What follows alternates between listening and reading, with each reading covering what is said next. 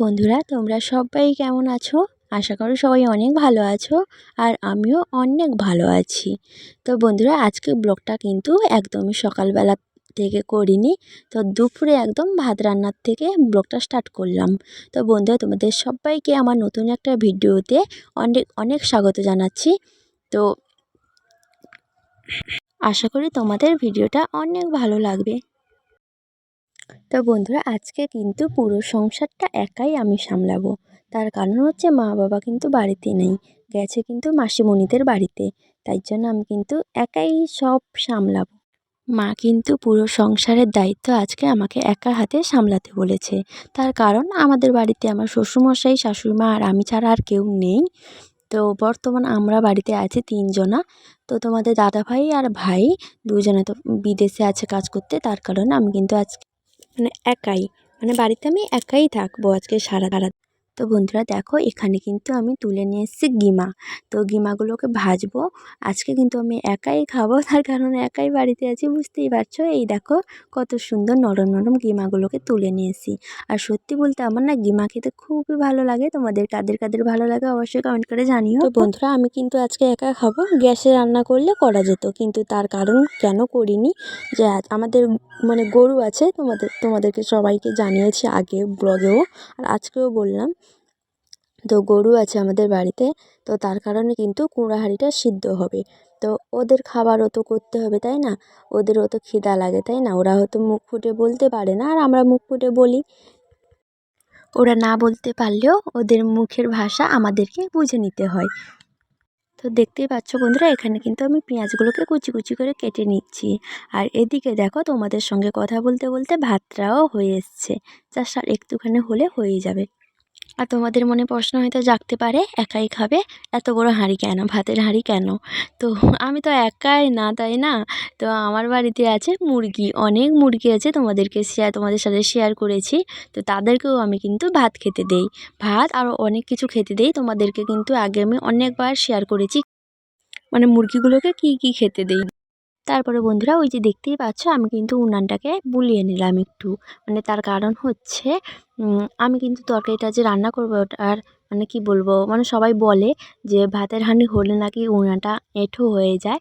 তার কারণে কিন্তু আমি উনানটাকে বুলিয়ে নিলাম। তারপরে কিন্তু কড়াইটা বসিয়ে দিয়েছি। এখন কিন্তু আমি তরকারি রান্না করব।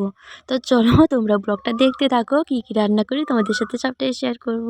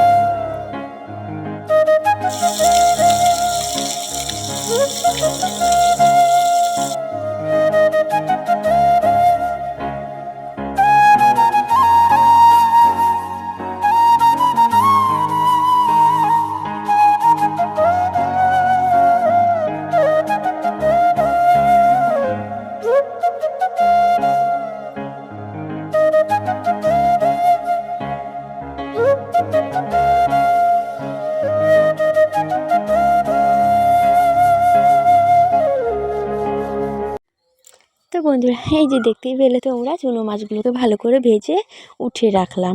তো দেখো, তারপরে কিন্তু যাচ্ছে আমাদের বাড়িতে, কারণ লঙ্কা তুলবো। তো কি বলো তো, আমি আজকে একটা রেসিপি করব। তো তাই জন্য সেটাতে কিন্তু কাঁচা লঙ্কা দেবো। এই জন্য আমাদের গাছে কত লঙ্কা ধরেছে, তাই জন্য ভাবলাম দুটো তুলে নিয়ে আসি, আমার রান্নাতে দেব। তো আজকে যা রান্না করব সেই রান্নাতে দেবো আজকে। তাই জন্য কিন্তু দুটো লঙ্কা তুলে নিয়ে এলাম। আর এখানে দেখো, তার সাইডে যে গাছগুলোতে অনেক লঙ্কা ধরে আছে, আর অনেক বেগুনও হয়েছে, আর এই গাছটাতেও হয়েছে। বাট এগুলোতে একটু কম কম হয়েছে, বাট যে গাছ থেকে আমি তুললাম সেই গাছটা একটু বেশি লঙ্কা হয়েছে। তারপরে আর কি, লঙ্কা তুলে নিয়ে ঝটপট করে চলে এলাম রান্নাঘরে।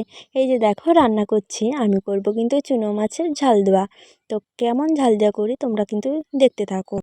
একাই খাবো আমি কিন্তু মাছের ঝাল দেওয়াটা মানে চুনো মাছ দিয়ে কিন্তু সর্ষে বাটা দিয়ে কিন্তু রান্না করব। আমি কিন্তু এইভাবে রান্না করি। তোমরা কীভাবে রান্না করো একটু কমেন্ট করে জানিও।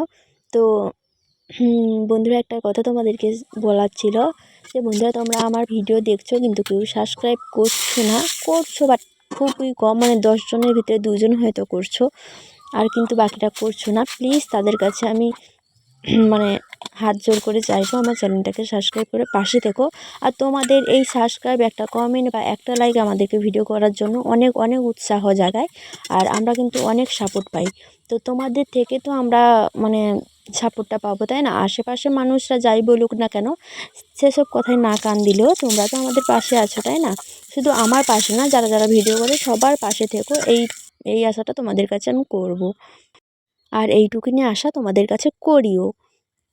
তো আমরা যে ইউটিউব ভিডিও করছি না, আমরা এক গ্রাস স্বপ্ন আর বুক ভরা আশা নিয়ে কিন্তু এই ভিডিওগুলো করছি। কত লোকের কত কথা, সবার কথা পিছনে ঠেলে ফেলে তোমাদের সামনে আমরা ভিডিও দিচ্ছি। কেন?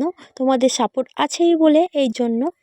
আর আশা করব যতদিন আমি এই কাজে জড়িত থাকবো তোমাদের সাপোর্ট পাবো। তো চলো বন্ধুরা, এখানে দেখো আমার কিন্তু কথা বলতে বলতে ভাত টাত সব কিছু রান্না হয়ে গেছে। তারপরে দেখো এখন কিন্তু উনানটা লেপাবো। তো তাই জন্য কিন্তু গুছিয়ে নিচ্ছি সব কিছু। তারপরে কিন্তু সব কিছু মানে গুছিয়ে টুছিয়ে এবারে গরুকে খেতে দিতে যাব। তো দেখো এখানে কিন্তু আমি ঝাড় দিয়ে নিচ্ছি। কি বলো তো, আমি না প্রত্যেকদিন এইভাবে রান্নার পরে কিন্তু উনানটাকে লেপে নেই। তার কারণ হচ্ছে, আমি যদি খেয়ে নিই, খাওয়া দাওয়ার পরে সত্যি বলতে আমার একটাও কাজে হাত দিতে মন লাগে না, আর মন বসে না, আর ভালো লাগে না আমার, সত্যি বলছি।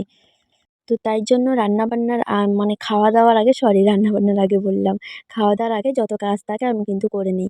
যেমন জামাকাপড় তোলা থেকে, বাই ঝাঁটা থেকে, ঘর ঝাঁটা থেকে, মানে সব কিছু করে নিই, মানে লেপানো বলো। আর সত্যি বলতে আমি খেয়ে মানে যখন খেয়ে উঠে পড়ি, তখন না আমি আর লড়তে পারি না। সত্যি বলছি, আমার মনে হয় একটু শুলে আমি একটু শান্তি পাই। তার জন্য কিন্তু আমি ঝটপট করে সব কাজগুলো সেরে নেব এখন। চলো ব্লগটা কন্টিনিউ দেখতে থাকো তোমরা।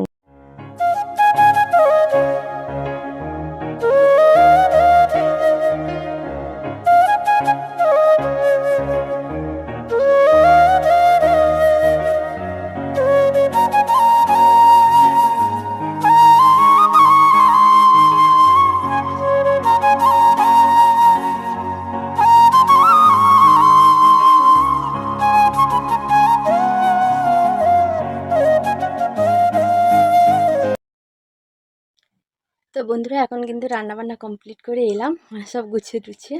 এরপরে কিন্তু যাব গরুকে খাওয়াতে, মানে এই যে সিদ্ধ করেছি এগুলো কিন্তু খাওয়াতে যাব। চলো গরুকে আগে খেতে দিয়ে আসি, তারপরে কিন্তু আমি খাবো। চলো আসি, তারপরে তোমাদের সামনে আবার আসি।